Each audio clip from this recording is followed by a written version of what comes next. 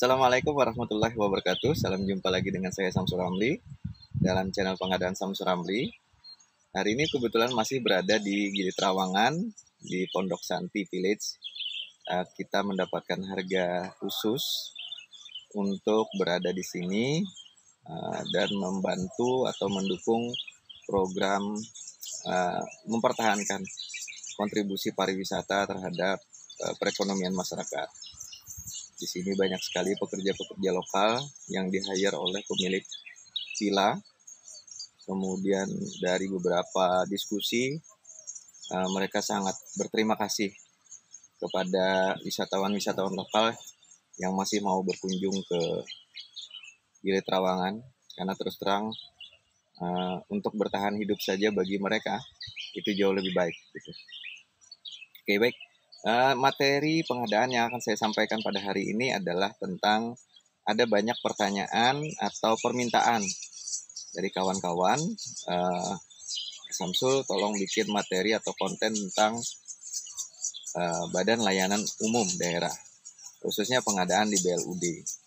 Ini banyak ditanyakan oleh teman-teman dari rumah sakit daerah yang sudah bertransformasi ke BLUD, kemudian juga kemarin juga ada beberapa yang dari dari puskesmas ya, puskesmas yang sudah menuju BLUD, karena memang sedang digalakan agar pusat-pusat layanan kesehatan masyarakat itu menggunakan pola BLUD yang tentu lebih fleksibel. Ini sebagaimana amanat di Permendagri 79 tahun 2019 tentang pelayanan umum daerah, bahwa BLUD itu memiliki fleksibilitas dalam proses pengadaan barang jasanya maupun dalam proses pengelolaan keuangan daerah, atau yang disebut sering dengan PPK BLUD ya, PPK BLUD, PPK BLUD gitu. Dan kebetulan juga BLUD ini diakomodir oleh Perpres 12 tahun 2021 dengan sangat terang benderang. Karena dulu di Perpres 16 tahun 2018 hanya disebut BLU atau Badan Layanan Umum. Nah, sekarang pertanyaannya adalah bagaimana proses pengadaan barang jasa di BLUD itu? Sudah banyak kawan-kawan rumah sakit umum daerah yang kita dampingi bersama dengan tim KM Partner untuk menyusun regulasi tentang pengadaan barang jasa di BLUD. Memang ada beberapa rumah sakit yang merasa firm dengan hanya menggunakan Perpres saja. Tetapi ada banyak pula pengelola rumah sakit yang semakin besar cakupan layanannya, kemudian mereka ingin sekali ada fleksibilitas. Contoh, di BLUD itu sumber pendapatannya direncanakan melalui RBA, rencana bisnis gitu ya, rencana bisnis dan anggaran. Nah, kemudian RBA ini tidak seperti RKA yang budget alokasinya itu berdasarkan tahun anggaran. Tapi kalau RBA itu bisa terjadi nanti penambahan anggaran itu di pertengahan tahun atau di perjalanan proses bisnisnya, tergantung dengan pendapatan dari jasa layanan.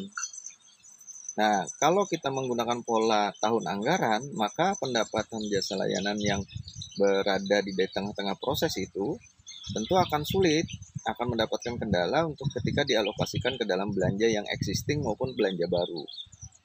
Nah, ini tentu memerlukan fleksibilitas. Sementara yang namanya BLUD itu adalah lembaga atau dinas atau badan yang merupakan unit pelaksana teknis dinas atau badan yang menyelenggarakan pelayanan. Nah, kalau misalkan anggaran atau jasa layanan, pendapatan jasa layanan ini ditunggu tahun berikutnya baru kemudian dialokasikan ke dalam belanja, tentu proses peningkatan pelayanan kepada masyarakat juga terkendala.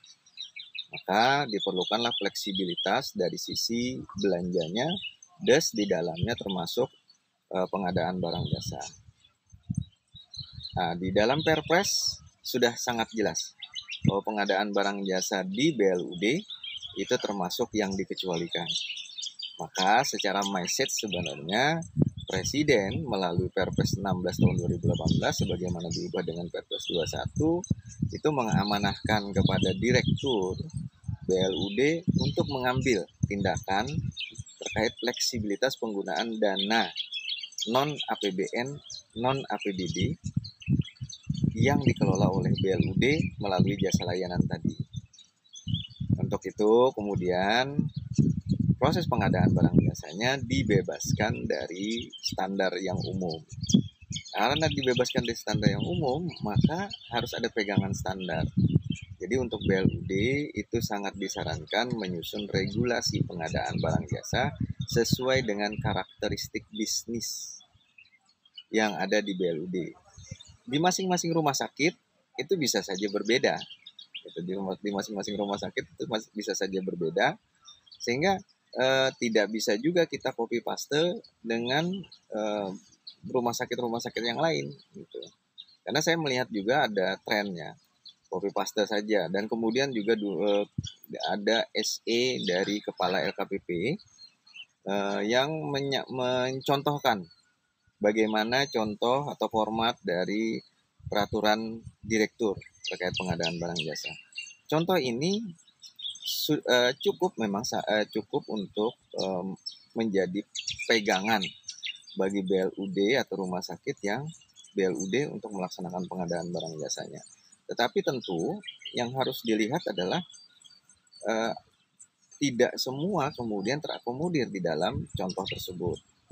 Maka di beberapa pendampingan kami dengan beberapa rumah sakit daerah, terus terang saat ini kami juga sedang mendampingi rumah sakit di salah satu daerah di Gorontalo, itu mulai memasukkan klausula-klausula tentang toko daring, berbelanja melalui e-commerce, kemudian memanfaatkan kontrak payung dengan beberapa apotik untuk bisa mengakomodir kebutuhan rumah sakit. Dan juga yang terpenting adalah kawan-kawan semua, pengadaan di rumah sakit di BLUD itu juga harus dilihat dari sisi pengelolaan asetnya. Karena di rumah sakit itu atau di pelayanan kesehatan itu ada yang namanya mekanisme KSO atau kerjasama operasi. Ini sangat berbeda dengan kemitraan yang ada di pengadaan barang jasa. Sehingga perlu ada payung hukum untuk KSO ini, karena banyak rumah sakit melaksanakan KSO itu dengan pola pengadaan barang jasa. Ini salah sekali gitu ya, karena KSO kerjasama operasional itu adalah kerjasama pemanfaatan aset sebenarnya, bukan pengadaan barang jasa. Nah, jadi KSO ini juga harus diatur dalam sebuah regulasi yang kuat gitu. Bisa menggunakan perdir, peraturan direktur atau peraturan direksi, kemudian juga dilingkupi oleh sebuah kebijakan daerah yang dalam bentuk peraturan kepala daerah. Jadi ada peraturan kepala daerah yang melingkupi proses pengadaan barang jasa di BLUD, kemudian di situ juga mencakup KSO dan pengadaan barang jasanya.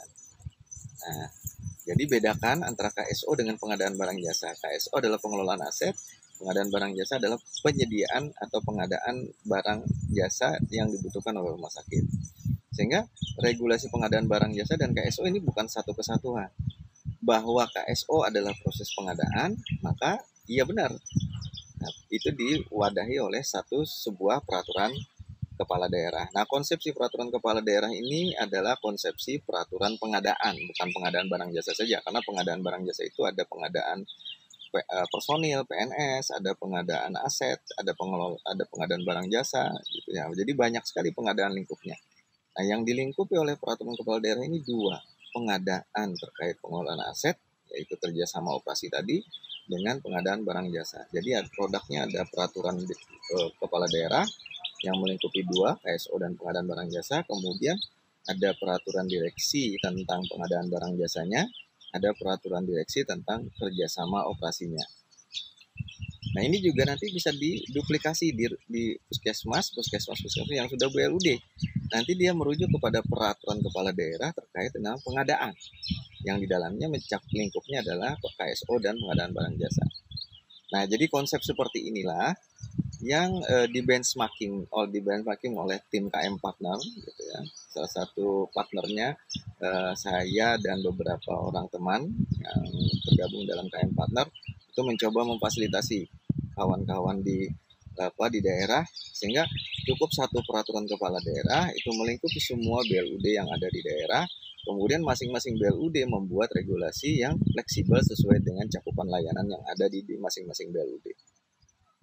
Dan ini sudah termaktub dan dimungkinkan oleh Permendagri 79 2019, Undang-Undang 44 tahun 2009 tentang rumah sakit. Kemudian juga kalau kita lihat dengan aturan yang sekarang, ada Permendagri 77 tahun 2020.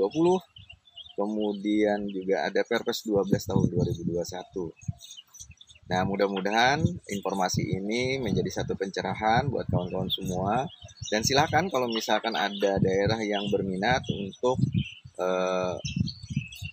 berdiskusi, bahkan juga kalau memungkinkan bisa mendapatkan pendampingan dari kita gitu ya, dari tim KM Partner, itu silahkan saja kontak ke KM dan Partner untuk kemudian kita benchmarking sama-sama, kita eksplor sama-sama kira-kira fleksibilitas yang seperti apa dalam proses pengadaan barang jasa yang dibutuhkan.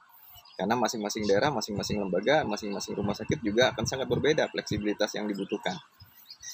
Fleksibilitas di sisi keuangan, fleksibilitas di sisi pengadaan barang jasa juga. Demikian yang bisa saya informasikan. Semoga ini menjadi informasi yang positif dan sangat bisa bermanfaat buat kawan-kawan semua. Saya Samsul Ramli mengucapkan salam sehat, salam pengadaan. Wassalamualaikum warahmatullahi wabarakatuh.